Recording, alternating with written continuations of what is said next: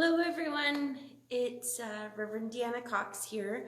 I'm a United Church minister in Daysland, Killam and Rosalind, and this online community of DKR United. So welcome to our midweek reflection for this Holy Week, one of the few days this week that I do not have a worship service. And so I find that often people are asking, so what is Holy Week? Or they don't understand all the elements of it. And so I thought today we would kind of talk about what is happening this week and the significance that they have for our faith. And so Holy Week starts with Palm Sunday, which was just last Sunday, and the story of Jesus' triumphant entry into Jerusalem. And we wave palm branches, and we sing hosannas, which is something that many churches, they set the hosannas and the alleluias aside for Lent. And so it's quite a significant time to be able to have that joyous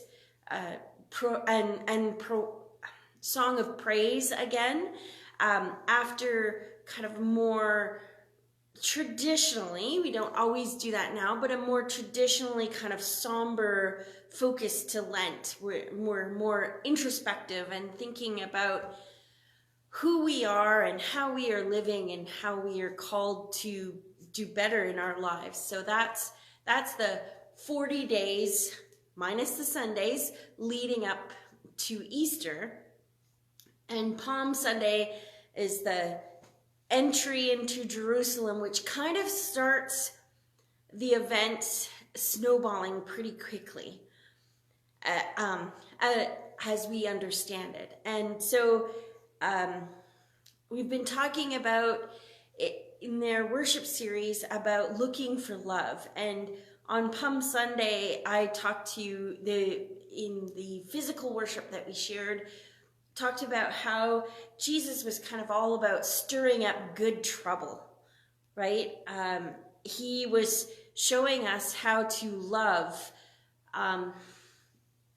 in ways that was often challenging to the current leadership, both government and religious, because it was upsetting their rules. And like I said, we had the story of the Samaritan woman at the well that Jesus not only talked to unsupervised, but also asked her for a drink. And so there was cultural and gender boundaries that he was crossing.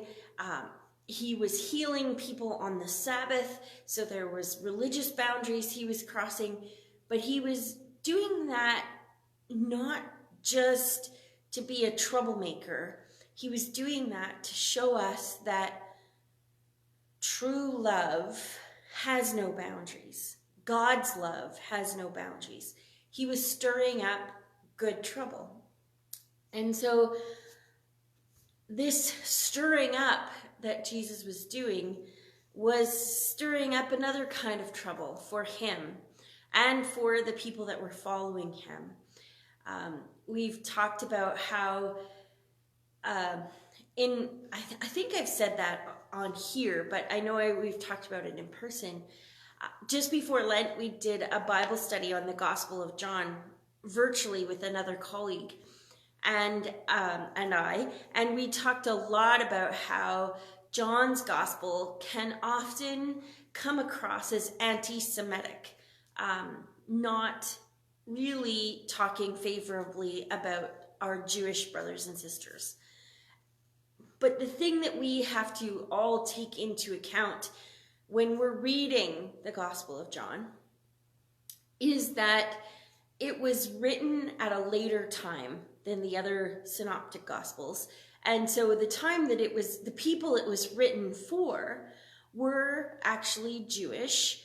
They were followers of Jesus, and they were being outcast and starting to be persecuted by their siblings in the faith because of what was felt as like a heretical belief in following Jesus.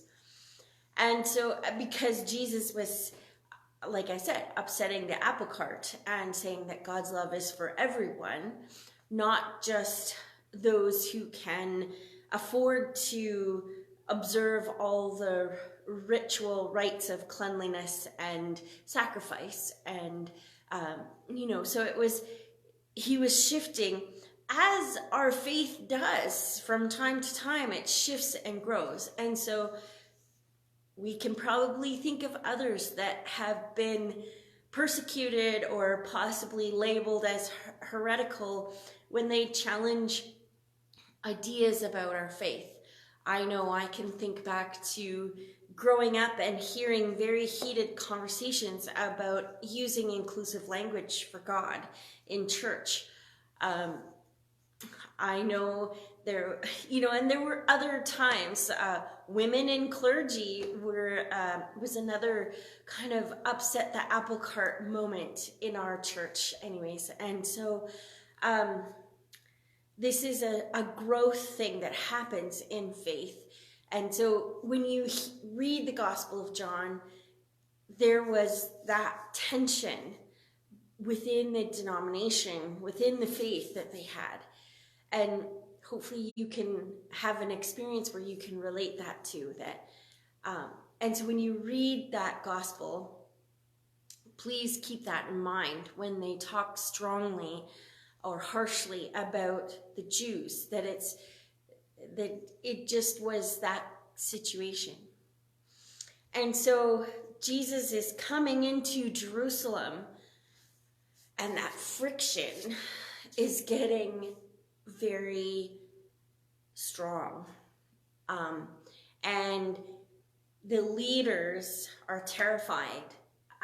One of the scholars that wrote our sermon ideas for this series had said, the kind of momentum that Jesus had around him was the kind that started revolutions, like big revolutions. And the leaders could see that, they could sense that. And so they probably had right to be terrified. So they were scared of this revolution. However, it was so far a peaceful revolution of just changing of hearts and attitudes. So they're coming in, and this entry, I think I talked about how last week in the midweek reflection, how they came in the lesser gate and they drew the bigger crowd, and Jesus was on a donkey, not a war horse. And so that just added fuel to this friction fire that was about to implode. And so knowing all of this, Jesus could sense it was coming to a head, and he knew that there was somebody that was going to betray him. The authorities had been searching for him and they hadn't been able to find him yet. And he knew that somebody was going to betray where he was. And so that brings us to the next event in our Holy Week, which is Maundy Thursday. And I'm going to give you a bit of a sneak peek to how we are going to celebrate in person. So come with me. We're in this sanctuary, so you can see the pews, and then behind me, you see the table set. And so this is our version, our celebration of that Last Supper. And so Maundy Thursday is the story of the Last Supper. Where we get our communion tradition and liturgy from is from that passage, is about this time that the disciples had together with Jesus. It also has roots in the Jewish celebration of Passover and the Seder meal. But we are not Jewish, so we are not doing a Seder meal. So we are just having a supper. And because to me, that supper is special and sacred. We're having a fancy supper with like cloth napkins and wine and, you know, and just nice dishes and stuff. So that's my way, a contemporary way of showing this is a special moment, pay attention. And so we kind of have meal and worship mushed together and communion. And so then we join in that. And so that's Maundy, Thursday, this kind of special, intimate time. And we eat in the sanctuary because it is a sacred thing. It gives it a little different sort of experience to it. So this isn't our first time doing this. And so my folks that have joined in person have shared that it gives it a very sacred kind of feel to it, having it in the sanctuary. So there's still a few spots available if you want to join us tomorrow evening in person. You can call the office and let us know. So we move through that celebration of Palm Sunday into this very intimate, sacred moment. And the meal kind of, as sometimes when you have a gathering of friends, the meal drags on way into the night. And Jesus says, come with me to the garden to pray. And so the group moves into the garden, and their bellies are full, and they've feasted, and they're probably full of wine, and they have trouble staying awake. And some of the passages, Jesus gets quite frustrated with them about, come on, I'm just asking this one thing of you. Can you stay awake with me? Because he knows his heart is heavy with what is coming. And he's turning to prayer to deal with his own, I'm sure, anxiety, defeat, frustration, you name it. He knows what's coming, and so he's turned to prayer to help him deal with the time. And this time in the garden is our Good Friday time, and that's when the betrayal happens. He was betrayed by Judas, and the soldiers find him, and he is arrested. And then he is taken and tried, and then crucified. And then Saturday it's something that we don't really observe as much in our tradition. It's called Holy Saturday. And it's this,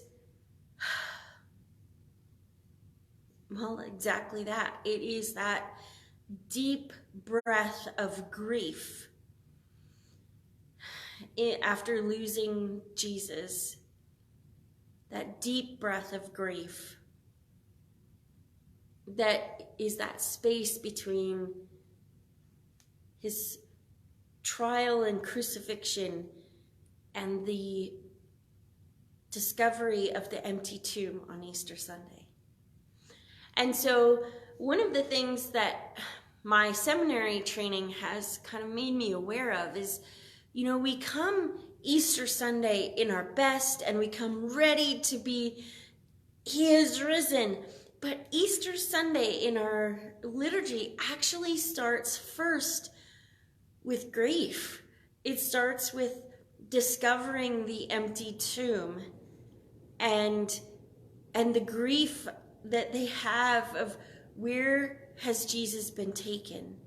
They're thinking that the government, the soldiers, has taken him so that they don't have a place to come and mourn, and, you know, to kind of remove that potential for making it a place where crowds will gather, if you will. And so their grief, they're upset. And then it's only after a little ways into the Easter service that we realize that he's not been taken, that he's risen. And so that's Holy Week, and as a colleague has shared, and I've been told the story of one of my colleagues sharing this last Sunday, in that, do you know what it's like if you read the first page of a book and then you skip all the middle and you jump to the last page of the book? Quite often the ending doesn't make as much sense or isn't as meaningful as if you'd read the whole thing in the middle. Well, that's what happens when we jump from Palm Sunday to Easter Sunday and we skip the events in the middle. We don't fully comprehend the depth of meaning in Easter. And so I encourage you that in some way, somehow, that you either delve into those stories, that you take time to reflect on those. You think of places of grief in your own life and how you moving through them has given you a deeper understanding of life in general. Do that work before you come to church on Easter Sunday. And I hope then that you will notice a deeper sense of that gift of new life that is ours as people of faith, that comes with joy, comes with the dawn. That sense that can happen every single morning that we wake up, that rebirth. It's an amazing thing if we choose to embrace it as fully as possible. So I guess that's the more Eastery reflection will be next week, because I wanted to take time to spend in this space that between the two Sundays. So you take care, and we will see you next week with Easter Easter joy abounding. And may, if you are traveling this weekend, please go with my blessings of safety, and may you have friends and family and people you call family to gather and feast with and share this abundant gift of life that we have. Take care. God bless. Bye.